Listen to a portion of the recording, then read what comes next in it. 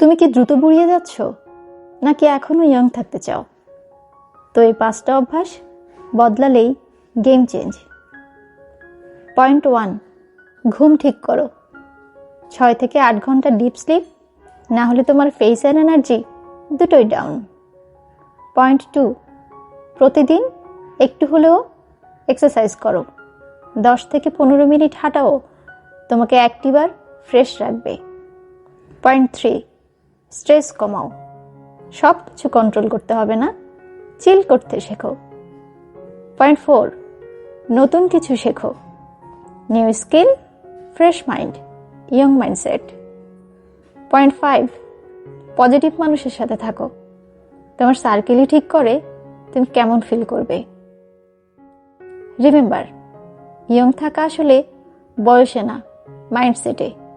তো আমাকে ফলো করো আর নিজেকে আপগ্রেড করো।